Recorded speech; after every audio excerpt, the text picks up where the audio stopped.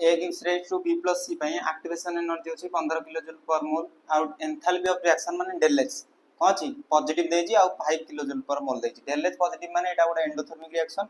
endothermic reaction माने energy of product टा अधिक एनर्जी ऑफ रिएक्टेंट टा सानो सेत ପାଇଁ ए ग्राफ टा एनर्जी ऑफ रिएक्टेंट कम अछि एनर्जी ऑफ प्रोडक्ट अधिक अछि एटा हला ER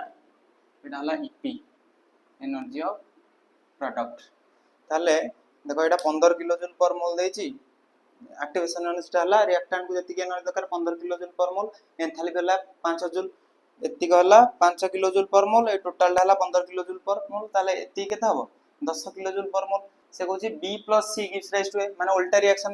रिएक्शन जो आसीओ ये रिएक्टेंट है जो प्रोडक्ट टा निजे रिएक्टेंट हबो रिएक्टेंट को एति एनर्जी दरकार एति एनर्जी टा होची 10 kJ per mole that is the activation energy answer हबो 10